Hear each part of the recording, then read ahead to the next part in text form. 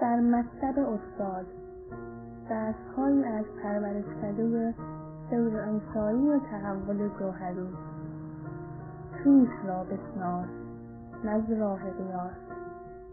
خودشناسی و خداشناسی با دکترسیدمصطفی آزمایش.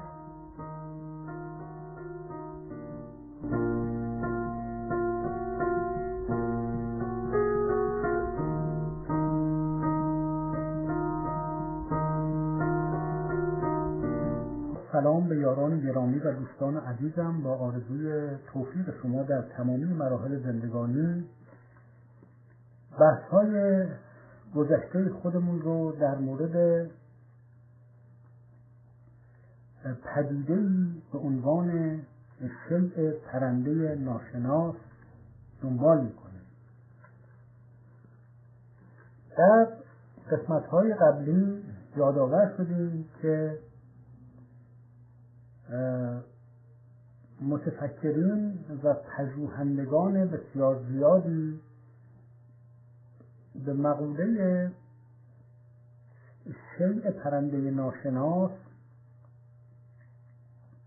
از یک دیدگاه علمی و عقلانی برخورد کردند و با توجه به تخصص‌هایی که داشتند، یعنی آستروفیزیسین بودن، متخصص امواج راداری بودن، متخصص کنترل هوافضا از طریق تحلیل و آنالیز امواج راداری بودند و مقامات دیگری که در کارهای خودشون خبره بودند. اینها برای نخستین بار سعی کردند که از طریق عقلانی محض، بدون بدبینی و بدون اغراق و زیاده روی و با چیدن و کوتاه کردن شاخ و برگ‌های قلوب و اغراق از مشاهداتی که مردم کردند، از طریق صحیح، نه از راه‌های پاراساینتیفیک یا از راه‌های موازی با پژوهش‌های علمی و آماری و با تضمین حس عقلانیت، اما در این حال با داشتن یک روحیه باز و نه یک فکر بسته و محدود، تلاش کردند که یک مدل معقول از پدیده شیء پرنده ناشناس رو ارائه بکنند که قابل بررسی بعدی از طریق محققان و دانشمندان به طریق علمی و آزمایشگاهی و پژوهشی و تحقیقاتی باشه. یکی از بزرگترین مطالبی که مورد بررسی قرار گرفت، نحوه مانور و حرکت این اشیاء پرنده در ملأ گازی و ملأ مایع بود که تمام قوانین شناخته شده مربوط به پرواز رو تا اونجایی که بشر ازش اطلاع داشت به بازی می‌گرفت، تا اینکه اینها روش‌های جدیدی رو پیشنهاد کردن و مدل‌های جدید پروپولسیون رو پیشنهاد کردن و نهایتاً به لحاظ تجربی در لابراتوارها وقتی روی این مدل‌ها آزمایش و تجربه انجام شد، جواب مثبت داد و معلوم شد که یک تئوری یا فرضیه بی‌بنیان نیست و میتونه در عمل واقعیت داشته باشه.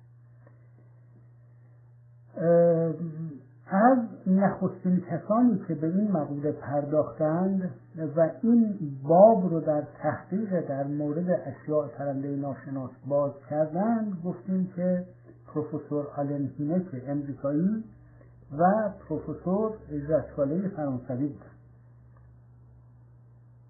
در این حال یادآور شدیم که اینها به عنوان اتوریته های بین المللی در نشست‌های متعددی به این منظور شرکت کردند و در این حال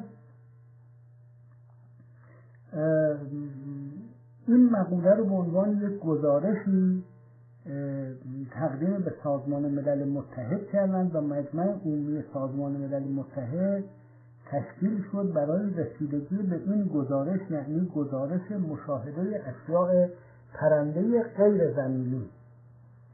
و این مقوله هایی که تاریخچه بررسی علمی شیء پرنده ناشناس رو خیلی به مقدار بسیار زیادی بهش حیات و انرژی برای بقا و برای رویش داده. گفتیم که کار مشخص ژاکواله آنالیز امواج رادار و مشاهدات راداری بوده. در سازمان هوافضاشناسی امریکا کار میکرده و به دنبال مشاهدات اشیاء پرنده ناشناس که هواپیما یا موشک یا قطعات شهاب سنگ ها یا چیزهای دیگه مصنوع یا طبیعی نبوده و در صحنه رادار، در صفحه رادار ظاهر می شده. ژاکواله نهایتاً به این نتیجه رسیده که این مقوله صحت داره. بعد به جمع گزارش آماری از کسانی که شاهدان عینی مشاهدات بودن پرداخت و در این زمینه کتاب‌های متعددی نوشت. کتاب‌های وله به طور کلی مرجع و رفرانسی در زمینه ژوفوشناسی محسوب میشند. اون بیشتر توجهش به بررسی هنجارها و رفتارهای اشیاء پرنده ناشناسه وقتی که خودشون در دایره رصد مردم قرار میدن، یعنی میخوان که مشاهده بشن. یکی از مواردی که بسیار مورد توجه ژاکواله قرار گرفته، یک کتابی داره، یکی از کتابهاش نامش هست رانکونتر، یعنی ملاقات. و در این کتاب مجموعه گزارش‌های بسیار ارزنده‌ای رو که یک نفر یا یک گروهی مشاهده کردن، بعد پلیس هم در اون مورد به تحقیق پرداخته و نهایتاً یک گزارش جامعی ازش تهیه شده و در آرشیو پلیس و وزارت دفاع در این و اونور حفظ میشه. اون به این مطالب پرداخته و اونها رو شرح بده. در کتاب دیگری هم که داره تمامی موارد قلابی و مجعولی رو که شارلاتان ها درست کردن و ارائه دادن مورد بررسی قرار داده و یکایک اونها رد کرده با تحقیقات بسیار دقیق. خیلی زحمت زیادی کشیده برای هر موردی، برای هر تحقیق در 4 گوشه جهان سفر کرد. خب حال یکی از این مواردی رو که ژاکواله در کتاب خودش آورده، یکی دو مورد شما ذکر میکنیم چون بسیار ارزنده و قابل توجهه. یکی از این موارد عبارت است از مشاهده‌ای که یک دکتر فرانسوی براش پیش اومده، تجربه‌ای که برای یک دکتر فرانسوی پیش اومده که در یک شهرستان منزلش در حاشیه یک شهرستان دوردستی در نواحی مرکزی فرانسه بوده، در یک خانه‌ای که تقریبا در میان جنگل داشته زندگی می‌کرد، در کنار یک مزرعه. و این دکتر از ابتدا که این واقعه براش پیش اومد بلافاصله این رو به پلیس گزارش کرد و بعد این ماجرا خیلی بیخ زیادی پیدا کرد. وزارت دفاع بهش خیلی توجه نشون داد و اهمیت براش داشت و بعد عده دیگه اومدن برای تحقیق در این زمینه و خود این شخص برای اینکه هیاهو و جنجال در موردش نشه ترجیح داد که چهره خودش رو نشون نده و ازش هم در تمامی این مدارک و آرشیف ها به نام دکتر ایکس، یعنی یه دکتر ناشناسی یاد میشه. معلوم اسمش رو خودش رو معرفی نکرد، یعنی حاضر نشد که در مطبوعات و رادیو و تلویزیون و این حرفا با صورت باز ظاهر بشه و خودش رو معرفی بکنه. اما در این زمینه تحقیقات بسیار زیادی انجام شده که آثار شگرفی در مورد این ملاقات نشون میده که اتفاق افتاده و عجیبه. حال من بیان میکنم اون چیزی که پیش اومده. دکتر ایکس میگه که یک شبی در اتاق منزل خودش که منزلش در یک خانه ویلایی میتونیم اسمش رو بذاریم، یه خانه نه آپارتمان یا بلکه یه خانه کامل ویلایی که در نواحی جنگلی داشته، نزدیک یک جنگلی بوده بیرون شهر، در کنار یه مزرعه خیلی وسیع منزلش بوده، پنجره اتاقش بوده، اونجا شب خوابیده بوده. فرزند خردسالش در اتاق دیگه بوده و همسرش هم در یه اتاق دیگه بوده. دکتر ایکس قبلا در جنگ‌های الجزایر شرکت کرده بوده و اونجا مجروح شده بوده و آثار اون جراحت بر روی پاش باقی مونده بوده و ضمناً به همین دلیل از اثر این جراحت پا یه مقداری راه رفتن هم براش مشکل بوده. این شبی که این واقعه اتفاق میفته اهل خانه خواب بودن.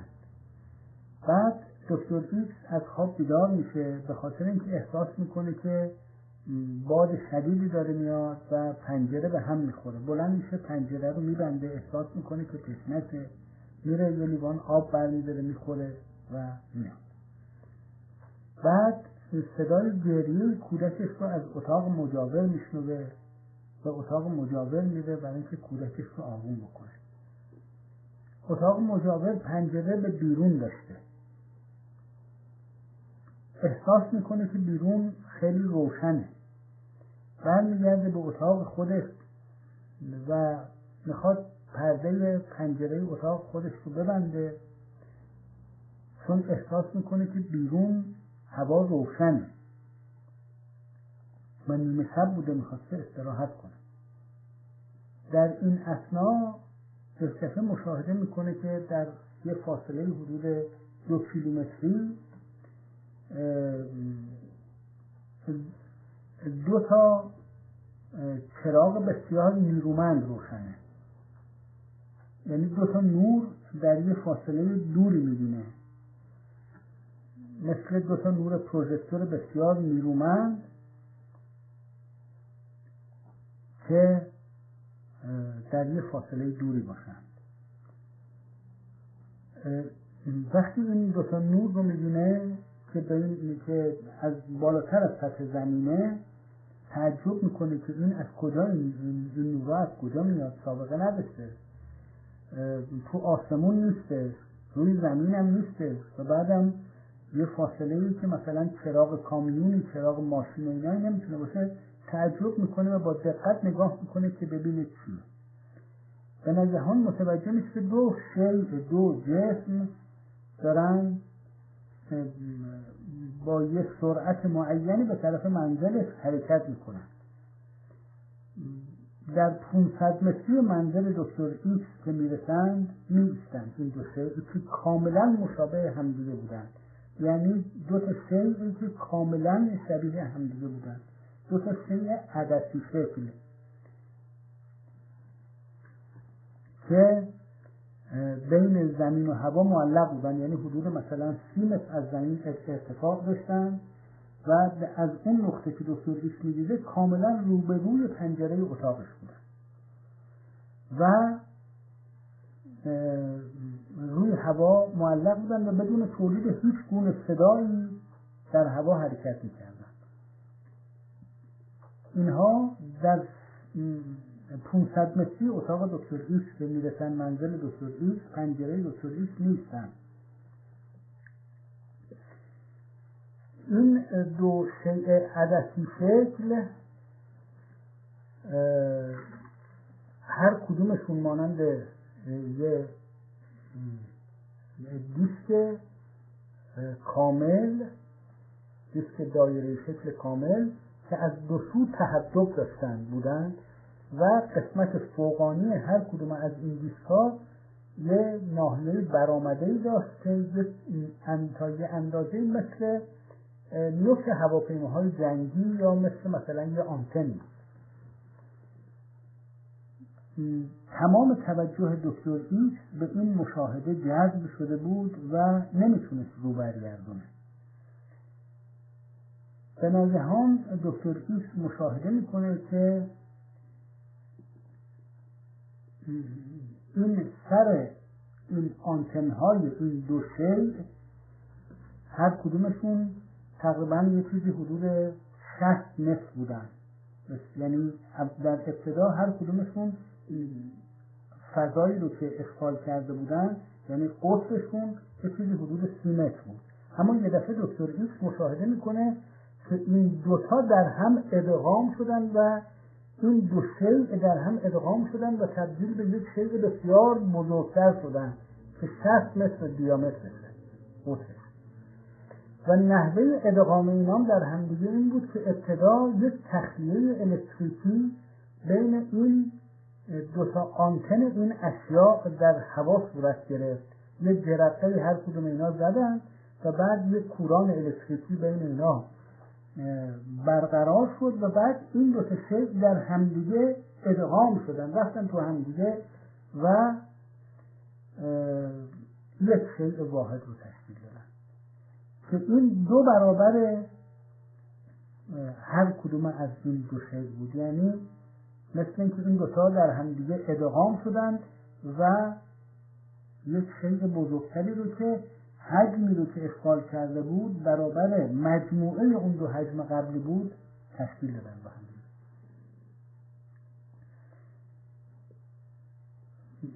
دکتر ایکس ناظر این صحنه داره نگاه میکنه. به ناگهان این جسم پرنده ناشناسی که در برابر چشمان دکتر ایکس در 500 متری پنجره اتاقش بود، یک شعاع نورانی بسیار بسیار نیرومند به اتاق به طرف منزل دکتر ایکس روانه کرد. بسیار نیرومند، به طوری که دکتر ایکس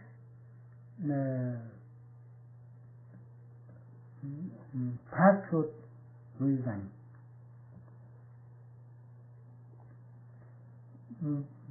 اما همچنان خیره مونده بود به این صحنه. از جای خودش بلند میشه، دوباره میاد جلوی پنجره، همچنان نگاه داره میکنه. اینجوری که تعریف میکنه میگه به ناگهان این شیء محو شد. این شیئی که در برابرش بود به ناگهان نبود، محو شد به همین سرعت، به همین سهولت. درست مثل یک تصویری که روی صحنه تلویزیون باشه و یک دفعه تلویزیون خاموش بشه و دیگه این نباشه، به همین سرعت و سهولت. خب یک صحنه باور نکردنی بوده که دکتر ایکس دیده. به همین دلیل میره اتاق کارش و تمام این چیزهایی رو که دیده یادداشت میکنه.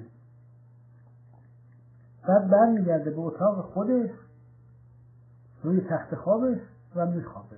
به خواب میره. صبح از خواب بلند میشه، از تخت خواب میاد بیرون و هیچ چیزی یادش نیست از اتفاقی که افتاده. بعد سر میز صبحانه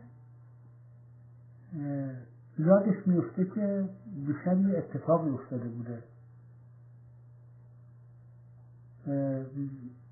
تصور میکنه که خواب دیده. به همسرش میگه من دیشب یه خواب عجیبی دیدم و شروع میکنه برای همسرش بیان کردن. بعد برای رفتن به اداره خودش، به مطب خودش میاد، لباسش رو عوض میکنه و میره کیف کارش رو برداره، میره تو اتاق کار خودش کیفش رو برداره. یه دفعه یادداشت شب گذشته خودش رو مشاهده میکنه که ساعت 2:30 بعد نصف شب نوشته بوده.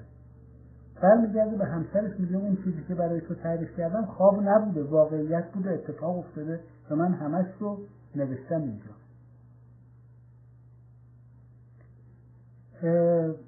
ولی به صورت خواب تصمیم میگیرن راجع به این مسئله گفتگو نکنن. 2-3 روز بعد از این ماجرا دکتر ایکس متوجه میشه که اون دردی که در پاش داشته به کلی از بین رفته، آثاری از درد پا به جا نمونده و بعد با کمال تعجب و تحیر مشاهده میکنه که آثاری از بقایای جراحتی که بر روی پاش به جا مونده از دیگه نیست. آثاری از این جراحت هم دیگه باقی نمونده و به کلی از بین رفته.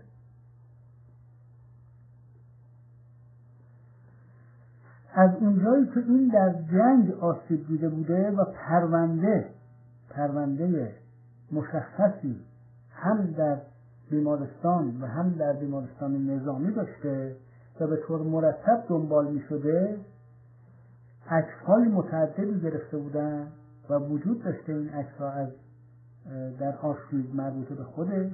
به همین دلیل میره دوباره رادیوگرافی میکنه و عکس برمی‌داره از پاش. هیچ اثری از اون جراحت در پاش نمونده. اینجا ماجرا بسیار پیچیده‌تر میشه.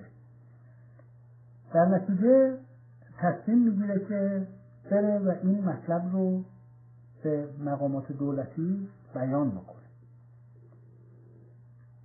از جانب دیگه یک اتفاق حیرت انگیز دیگه میفته که بیشتر سبب ترغیب دکتر ایکس برای مطرح کردن این ماجرا میشه و این اتفاق حیرت انگیز هم عبارت است از اینه که چند روز بعد دکتر ایکس شب 1 ماه بعد از این واقعه دکتر ایکس متوجه میشه، یعنی شب در پوست بدنش در قسمت نافش احساس سوزش بسیار زیاد میکنه و بعد مشاهده میکنه که این پوست بدنش درست در ناحیه نافش متورم میشه، مانند اینکه یه جسم داغی رو روش گذاشته باشن و سوخته باشه، توبل میزنه به شدت و خیلی خیلی شدید میشه این توبل در این ناحیه و تمامی شب این همینجوری با شدت توبل میزنه و حرارت داشته و اذیت میکنه این رو.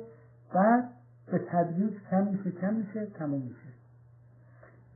یه توبلی در ناحیه ناف که حالت مثلثی داره، درست به صورت یه مثلث. این مسئله باعث میشه که دیگه اینها تردیدی نکنن و برن و این مسئله رو با مقامات دولت فرانسه مطرح کنن با پلیس و این ماجرا به وزارت دفاع مربوط میشه. دنباله صحبت رو ادامه میدیم.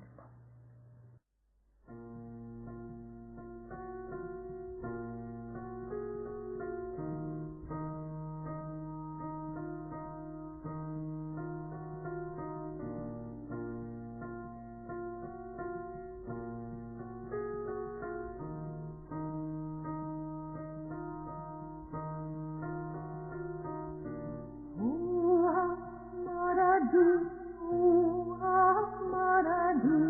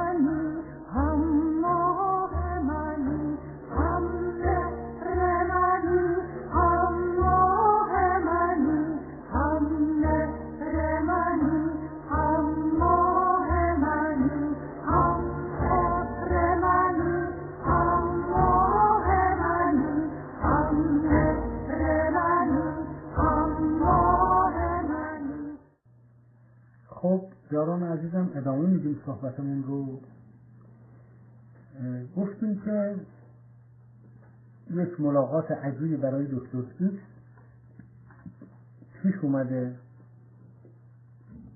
که ابتدا این شخص ناظر این واقعه رو فراموش میکنه، بعد تصور میکنه که خواب دیده، بعد متوجه میشه که خواب نبوده، واقعیت محض بوده، بعد آثار فیزیکی ازش بروز میکنه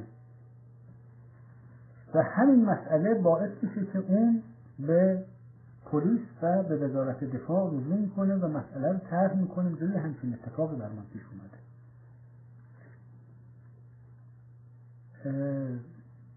اینها این ماجرا رو با علاقه دنبال میکنن، برای اینکه خب مطابق ردبندی و طبقه بندی که پروفسور آلن کرده بوده، مشاهده‌ای که توسط دکتر ایکس انجام شده یه مشاهده بسیار عجیب و حیرت انگیز. ابتدا یه شیء عدسی شکلی از یه فاصله معینی دیده میشه، بعد اون شیء بهش نزدیک میشه و بعد یه شعاع نورانی به جانبش پرتاب میکنه. این باعث میشه که تمام اون آثار جراحتی که در بدنش بوده و درد و رنجی که داشته سالیانه متمادی از بین میره، به کل از بین میره، سلامتی خودش رو باز پیدا میکنه. و از طرف دیگه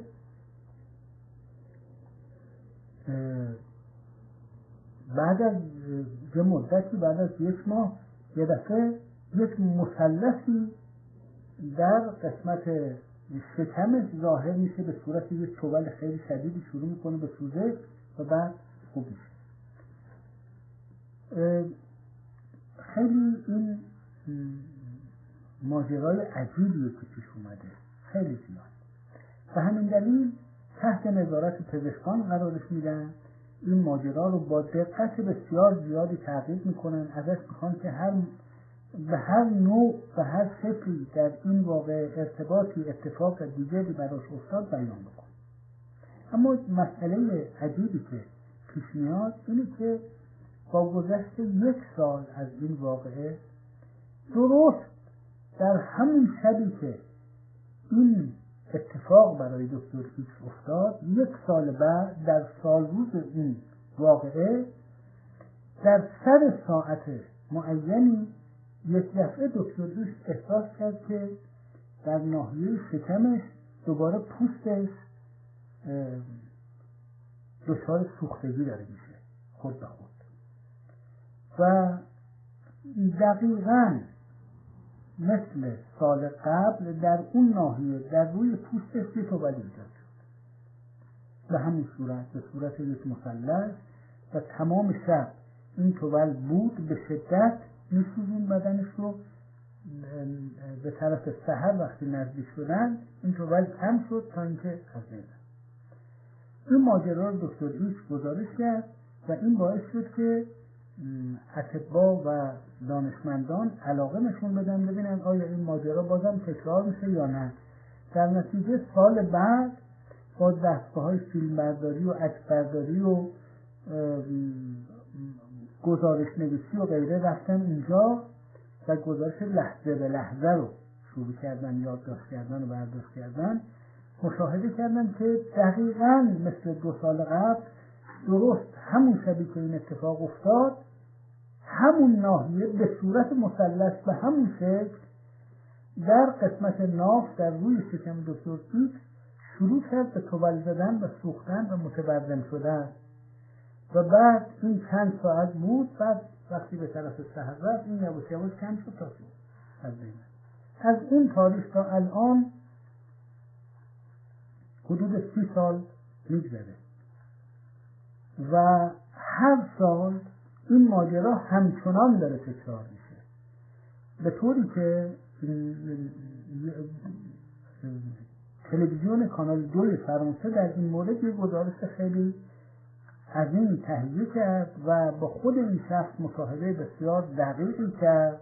خب اون آدم تحصیل کرده و انتلکتوئلیه، در این مورد تمام این ماجرا رو اونجوری که دیده بود بیانش کرد به همون ترتیبی که قبلا برای دیگران هم بیان کرده بود و ژاک واله در کتاب خودش، در کتاب ملاقات سانکونس خودش این مسئله رو نوشته بود.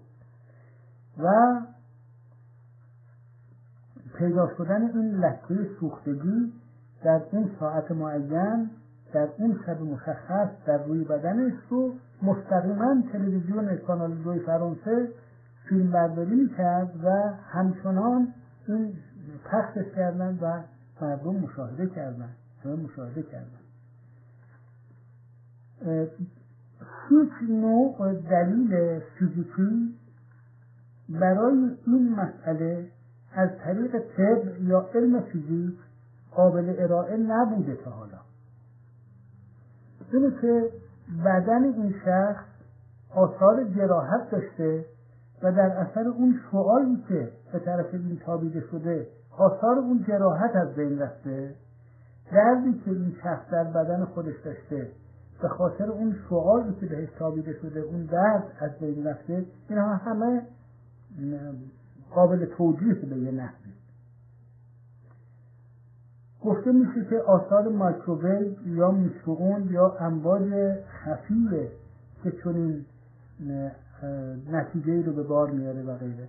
اما از طریق آثار خفی امواج مایکروویو و غیره و ذالک نمیشه توضیح داد که چرا یک بدن در یه ناحیه مشخصی سالی یک بار توبل میزنه، یعنی حالت آلرژی ایجاد شده، اونم در اون قسمت بدن، اونم در اون شب مشخص. به چه چیزی آلرژی داره بدنه؟ چرا بدن این ریاکشن رو نشون میده؟ علتش چیه؟ این رو علم نتونسته توضیح بده. این یه غامضه‌ایه. گویی یه آهن داغ و گداخته رو به این ناحیه میذارن و برمیدارن که پوست میسوزه و توبل میزنه و اذیت میکنه دکتر. این ماجرای ملاقات از نوع اول یعنی از فاصله مشاهده میکنه، بعد از نوع دوم یعنی انقدر نزدیک میشه با چشم تمامی خصوصیات وضعیت اون رو مشاهده میکنه. از نوع سوم این که یک اثری از اون چیزی که مشاهده میشه بر روی جسم یا روان شخص مشاهدهگر به جا میمونه. این کاملترین وضعیتی که برای مشاهده سیر پرنده ناشناس میتونه به وجود بیاد و یک ناظری اون رو گزارش بکنه و بعد دانشمندان و محققان راجع به تحقیق بکنن و ببینن آثاری از حقه‌بازی و جعل و دروغگویی توش نیست و اثرش هم باقی مونه سالیان متمادی و دراز.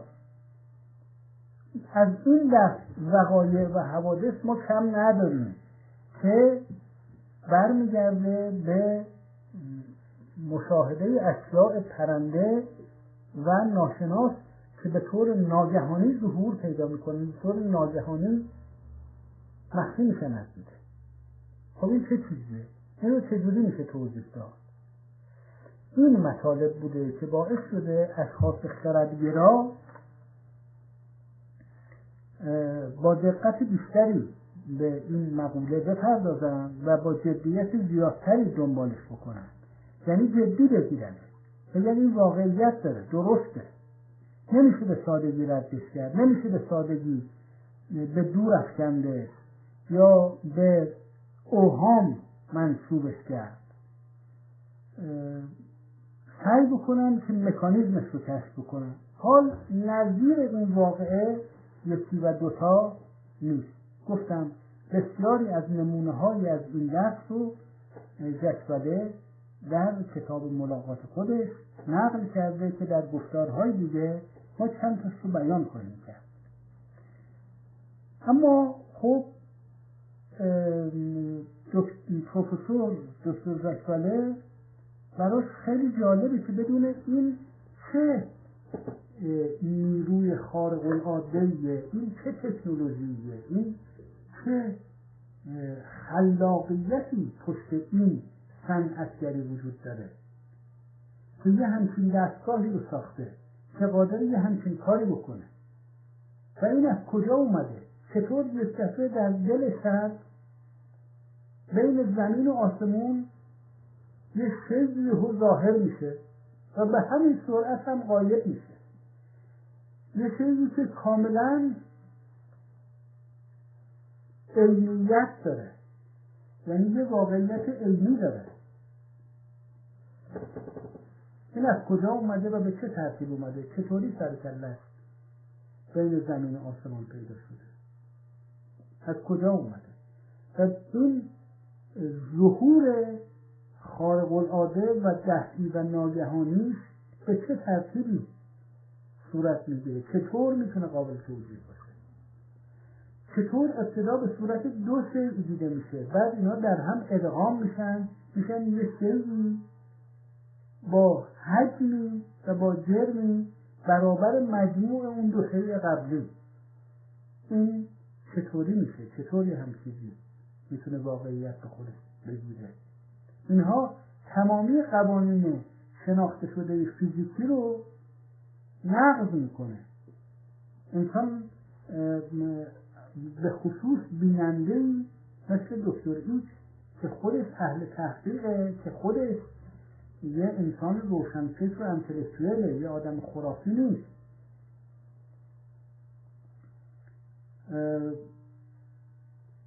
بحث بر سر اینه که این پدیده، این فنومن چطور ظهور میکنه، از کجا میاد.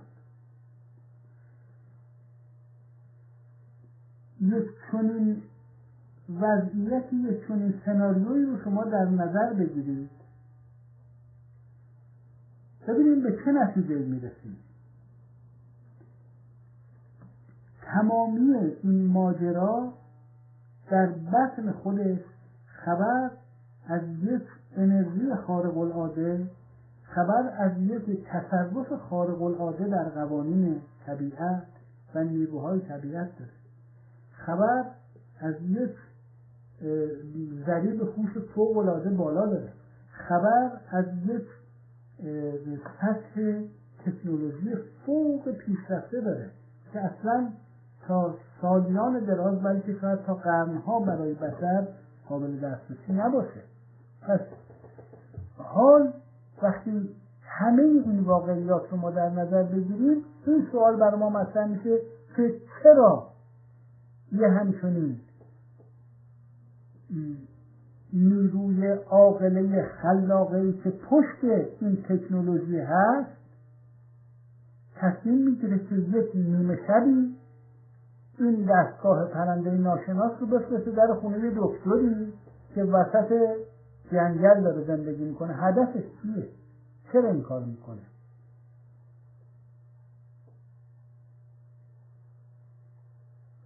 اینجاست که یه سوال عجیبی برای انسان مطرح میشه که این ظهور، این جلوه، این شعاع عظیم نورانی که پرتاب میشه به طرف منزل دکتر ایکس، این آیا این اولین و آخرین بار بوده که در طول تاریخ حضور بشر در روی زمین پیدا شده یا بازم اومده؟ نمونه های دیگه هم از این دست بوده، بازم تماسی برقرار کرده. هدفش چی بوده؟ اون کسی که باهاش تماس برقرار شده به چه دلیل باهاش تماس برقرار شده؟ مأموریتش چی بوده؟ وظیفه‌اش چی بوده؟ آیا این یه امر کاملا شخصیه یا نه یک دایره وسیع‌تری رو میتونه بپوشونه؟ در اینجا بی مناسبت نیست یه نکته رو یادآوری بکنه و اون اینه که اون شعاع نوری که از اشیاء پرنده ناشناس تابش پیدا میکنه با نوری که ما میشناسیم، با نور طبیعی، با نوری که از چراغ برق در میاد، با نوری که از پروژکتورهای ما در میاد کاملا متفاوته. نور طبیعی یعنی نوری که از خورشید، از ستاره ها، از ماه صادر میشه یا نوری که در دستگاه‌های الکتریکی ما به وجود میاد و از لامپ‌ها صادر میشه، ساطع میشه، از پروژکتورها، این نور مخروطیه، یعنی به صورت شعاع‌های مخروطی که باز میشه و گسترش پیدا میکنه پخش میشه. بشر قدرت این رو پیدا کرده که راز پرتوهای لیزری یا لزری رو کشف بکنه و شعاعهای نور رو از وضعیت مخروطی به وضعیت موازی تبدیل بکنه. نور لازر، نور لیزر یه نور مصنوعه، نور طبیعی نیست. اما ویژگی نور طبیعی مخروطی یا نور مصنوع لیزر در اینه که این شعاعها به طرف بی‌نهایت پرتاب میشه. یعنی از یه منبع نورانی وقتی یک فوتونی حرکت میکنه این به طرف بی‌نهایت میره. یه شعاع مخروطی تا اونجایی که این انرژی وفا میکنه در آستانه بینش انتشار پیدا میکنه، یعنی انتشارش در فضا بی‌نهایته. اما در تمامی مشاهدات علمی، در تمامی گزارش‌هایی که شهود علمی از اشیاء پرنده دادند، مشاهده کردند، اینها با نورهایی کار میکنند که مکانیزم کارکردشون برای بشر ناشناخته است. یعنی الان تا اندازه بشر این مکانیزم رو کشف کرده، دانشمندان کشف کردن، اما صحبت مشاهدات علمی اشیاء پرنده ناشناس چنانکه که قبلا گفتیم به طریق علمی و گزارش آماری صحیح 60 سالی که سابقه داره، یعنی از 1947 شروع شده و الان سال 2007 60 سال.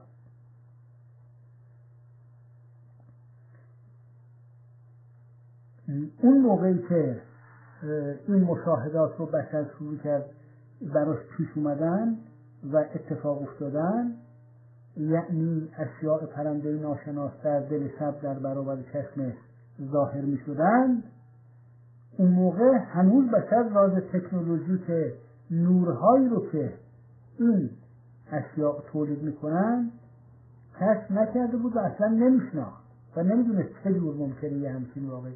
و همین دلیل مردم که این گزارش رو میدادن دانشمندان رد میکردن، میگفتن یه همچین محاله.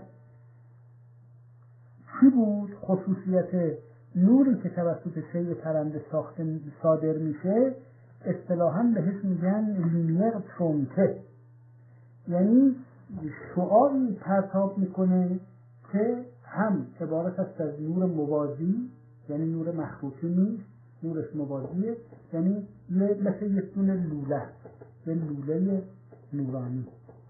نوری که صادر میشه ازش مثل یه دونه لوله ازش انتشار پیدا میکنه، در میاد بیرون.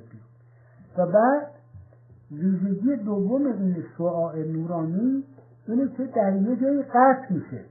یعنی این دستگاه پرنده ناشناس میتونه یه شعاع نوری بفرسته که طولش